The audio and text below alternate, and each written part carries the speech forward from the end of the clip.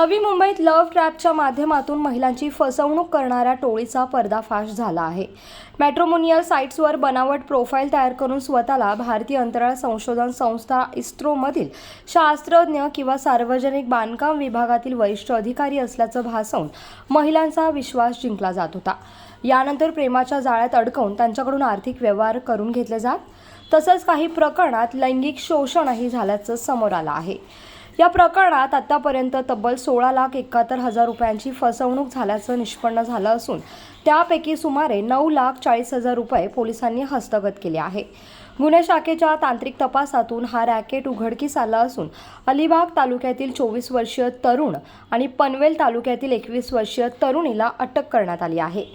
नवी मुंबईसह ठाणे, मुंबई आणि पुणे येथेही याचे धागेदोरे सापडले असून आणखीन पीडित महिलांचा शोध सुरू आहे। रबाळे पोलीस स्टेशनच्या गुन्ह्यामध्ये नवी मुंबई पोलीस आयुक्तालयाच्या सेंट्रल युनिट क्राईम ब्रँचने आरोपी आदर्श म्हात्रे वय वर्ष 34 राहणार अलिबाग याला अटक केलेली आहे। या आरोपीवर महिलांना फसवून त्यांची आर्थिक फसवणूक करून तसंच त्यांना लग्नाचं आमिष दाखवून त्यांच्याशी लैंगिक संबंध प्रस्थापित करून त्यांची फसवणूक केल्याचे वेगवेगळे गुन्हे दाखल आहेत। 2025 मध्ये 1 गुन्हा, 26 मध्ये 4 गुन्हे असे सध्याचे 5 गुन्हे दाखल आहे आणि पूर्वीचे 2023 पूर्वीचे 10 गुन्हे दाखल आहेत। यामध्ये आरोपी हा इस्रोमध्ये सायंटिस्ट आहे किंवा PWD मध्ये उच्च अधिकारी आहे।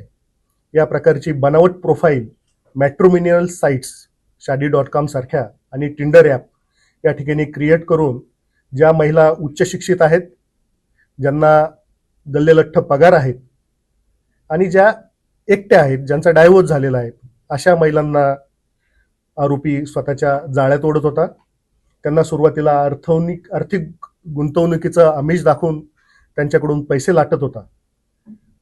महिला सिलेक्ट करण्यासाठी तो पर्टिक्युलरली ज्या महिलांचं बँक अकाउंट ॲक्सिस बँक असेल, HDFC असेल किंवा ICICI असेल, ज्या ठिकाणी इन्स्टंट प्री अप्रूव्ड लोन मिळतं, अशाच महिलांना तो सिलेक्ट करत होता। त्यांच्याशी संपर्क साधून त्यांना वेगवेगळ्या प्रकारच्या फॅन्टसी दाखवून त्यांच्याशी जवळीक तो साधत होता। यामध्ये आरोपींनी वेगवेगळी 12 नावं धारण केल्याचे पण निष्पन्न झाले आहे आणि त्यासाठी बनावट ID कार्ड आणि आधार कार्ड बनवल्याचं सुद्धा निष्पन्न झालेलं आहे। यामध्ये आरोपीने मिळवलेला पैसा हा पंचतारांकित हॉटेलमध्ये हा खर्च करत होता। त्याच पद्धतीने गोव्यामध्ये कॅसिनोमध्ये जाऊन ह्या पैशांनी तो मौज मजा करत होता।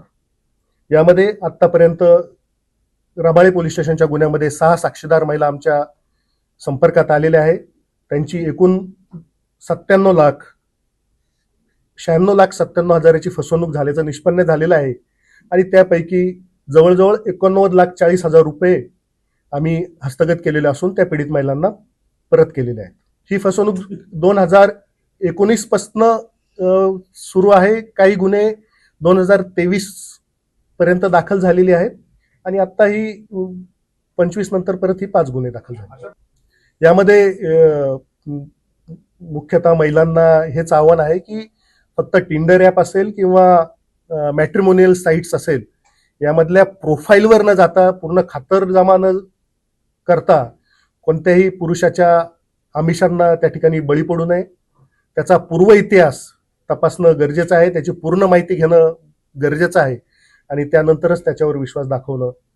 जो दुसरा आरोपी आहे त्याचा कझिन आहे, हा करंजाडेचा राहणारा आहे, हा वय वर्ष 21 आहे। आरोपी स्वतःचं कुठलंही बँक अकाउंटमध्ये ट्रान्झॅक्शन करत नव्हता। सर्व बँक ट्रान्झॅक्शन जे आहेत त्याच्या या भावाच्या बँक अकाउंटवर करत होता। पार्डन मी नाही, त्याच्यामध्ये पूर्णतः त्यांनी फेक आपले आयडेंटिटी कार्ड बनवलेले आहे, आपली फेक ओळख बनवलेली आहे।